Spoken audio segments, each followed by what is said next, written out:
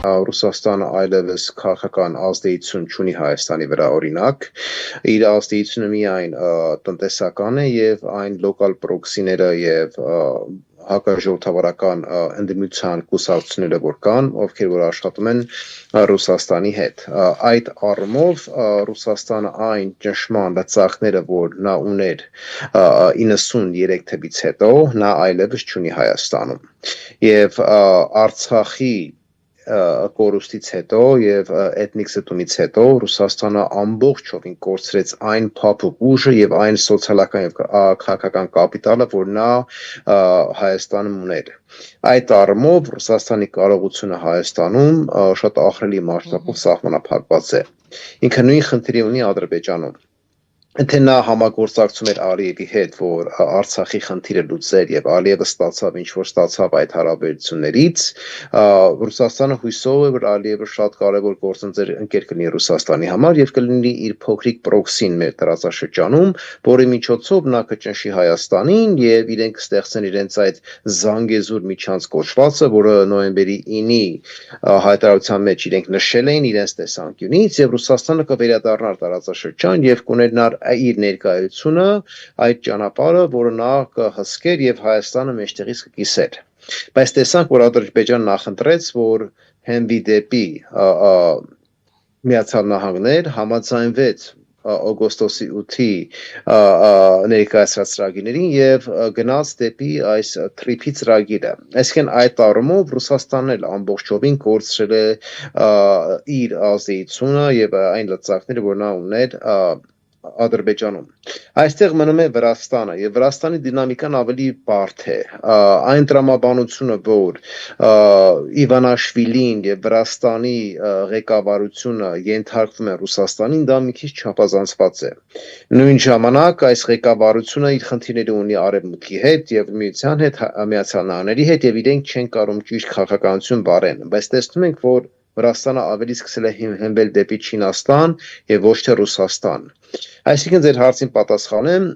Ռուսաստանի ազդեցության, Ռուսաստանի կարողությունը տարածաշրջանում ոչ թե միայն համակարգված մասշտաբով է նվազել, բայց այն երկրներում, որտեղ ինքը ուներ այն ազդեցությունը, այլևս չկա։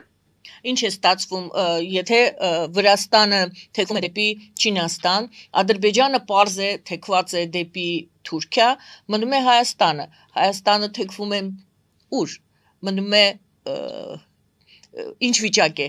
Միացյալ Նահանգների հետ դժվար թե ասես գնում է թեքվում է դեպի Միացյալ Նահանգներ։ Հարցը ձեզ երևի թե Տենց սև ու սպիտակ չի, որ ասում ենք օրինակ Վրաստանը հենվում է դեպի Չինաստան, դա չի կոչվում, նա գտնվում է Չինաստանի կախվածության համակարգի մեջ։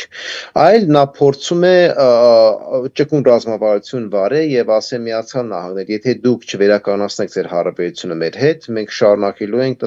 մեր տնտեսական հարաբերությունը ավելի ամրացնենք Չինաստանի հետ։ Այսինքն իրենք փորձում են այդ քայլեր դիմել։ Այս առումով, երբ որ ասում ենք Ադրբեջանը հենվում է դեպի Չինաստան, կնես Վրաստանը հենվում է դեպի Չինաստան կամ Ադրբեջանը հենվում է եւ հենվել է դեպի Թուրքիա, սա չի կոչվում, որ իրենք ունեն բազմաշերտ հարաբերություններ տարբեր երկրների հետ։ Այդ առումով Ադրբեջանը շատ ամուր հարաբերություն ունի Թուրքիայի հետ, բայց նա չի գտնվում Թուրքիայի կախվածության համակարգի մեջ։ Նույն ժամանակ Հայաստանի համար պետք չի մենք հենվենք եւ գտնվենք X երկրի կախվածության համակարգի մեջ։ Մենք տեսանք 40 տարվա կախվածության համակարգը մեզ ինչ բերեց։ Այդ առումով բոլոր երկրները փորձում են իրենց արտաքին քաղաքականությունը այս դիվերսիֆիկացիայի կամ մուլտիվեկտոր տրամաբանություն օգտագործեն։ Հարցը հետեւյալն է. որն է կարողանալու ճիշտ դիվանագիտություն օգտագործի եւ ունենա ամենաբազմաթիվ եւ ամենադիվերսիֆիկացված արտաքին քաղաքականությունը։ Խաղը դա է։ Ադրբեջանը տեսնում ենք, որ շատ խելացի ձև է վարել, նա ներգրավել է Թուրքիային, Կենտրոնական Ազիային, Միացյալ Նահանգներին սկսեց ներգրավել, Չինաստանին եւ փորձում է կառավարել իր հարաբերությունը Ռուսաստանի հետ։ Նույնը հիմա ներկայիս Հայաստանն է անում։ Մենք գնացել ենք դեպի եվրոպական ճանապարհը, արևմուտքի ճանապարհը, ունենք շատ առողջ հզոր հարաբերություն Եվրոպական միության հետ, տարբեր եվրոպական երկրների հետ եւ ներկայիս Միացյալ Նահանգների հետ։ Նույն ժամանակ այս տարվա վերջ մենք ռազմավարական գործընկերության օրակարգ ենք ընկնելու Իրանի հետ, նորը կնքեցինք Չինաստանի հետ, այսինքն մեր ժամանակն է գալու, որ պետք է ձև գտնենք, որ մեր հարաբերությունը Ռուսաստանի հետ կառավարենք։ Այդ առումով այն տրամաբանությունը, որ այս կողմ կամ այն կողմ, որ երկրի կախվածության համակարգի մեջ են գտնվելու, այդ տեսակի արտաքին քաղաքականությունը այլևս չի աշխատում։ Եվ փոքր երկիրները, նամանավանդ փոքր ժողովրդավարական երկիրները, նա պետք է բազմաթիվ հարաբերություններ ստեղծեն բազմաթիվ գործընկերների հետ։ Շատ շնորհակալություն, մնում է մեկ հարց, որը ձեզ պատրաստել էի, որ ուղղեմ ձեզ։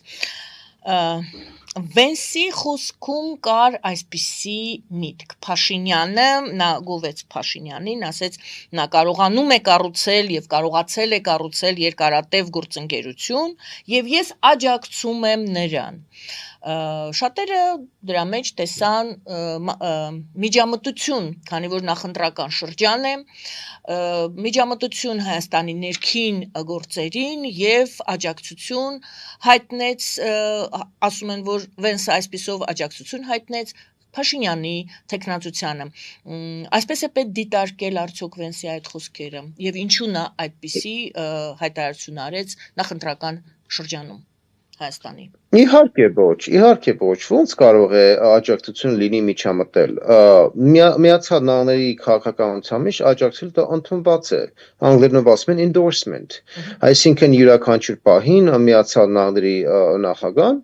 ունի այդ իրավունքը կամ փոխնախագահան եւ այլն, որ ասի մեր տեսանկյունից սա մեր նախընտրած տեխնացում, որովհետեւ մենք ունենք լավ հարաբերություն, մեր շահերը բխում են եւ այլն։ Սա տրամաբանական է։ Միջամտումը կլինի այն պահին, երբ որ անում է ինչ որ Ռուսաստանն է անում, այո, հիբրիդային հարձակումներ, ինֆորմացիայի հակամարտություն, կիբեր հարձակումներ, որը բոլորս շատ լավ հասկանում ենք ինչ է լինում, օգտագործել իրենց լոկալ պրոքսիները, որ ունենան քաղաքական անկայունություն, սա է միջամտումը։ Գումարներ մտցնել երկիր, որ նորից ժողովրդավարական համակարգը պղտորել, Միացյալ Նահանգները այդ տեսակի բաներ չի անում։ Այո, այդ առումով եթե ասում են, որ մենք այս անձին աջակցում ենք, որովհետև իր վարչակազմի ժամանակ, իր պետքարտավարության ժամանակ մենք տեսել ենք աճ, մենք տեսել ենք խորը հարաբերություններ, առողջ հարաբերություններ, մենք ներկայիս գտնվում ենք այն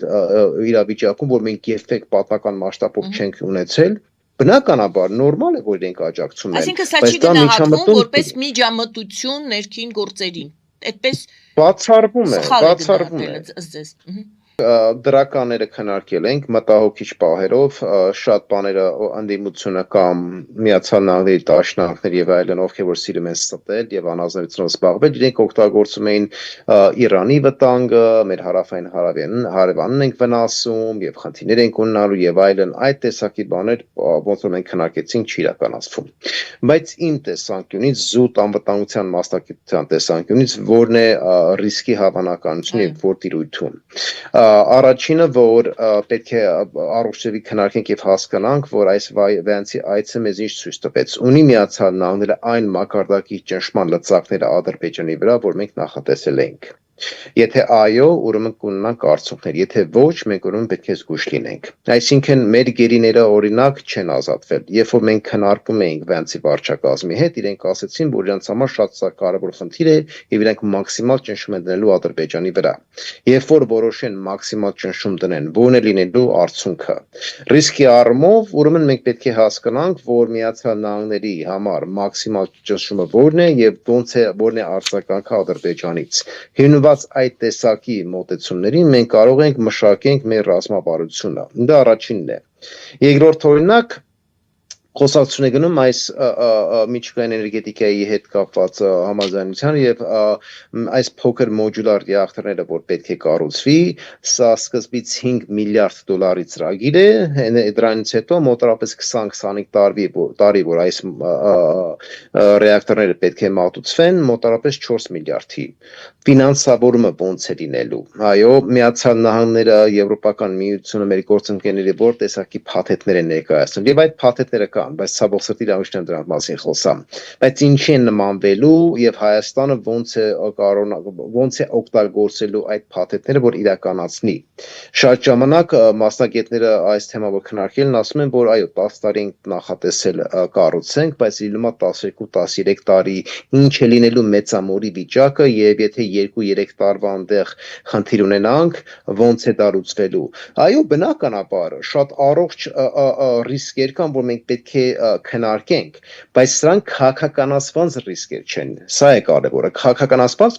մասշտաբով այստեղ ռիսկ չկա, բայց տեխնիկական մասշտաբով բնականաբար այդ առումով պետք է մենք շատ առողջ ձևի մոտիկանանք այս հարցին եւ ռիսկերն առողջ ձևի քննարկենք եւ դրական իրադարձություններ քննարկենք։ Բայց երբ որ նայում ենք, ասենք, որն է ռիսկը, որ Միացյալ Նահանգները Հայաստանին բարձր ռազմական տեխնոլոգիա է ծախում, ազնիվորեն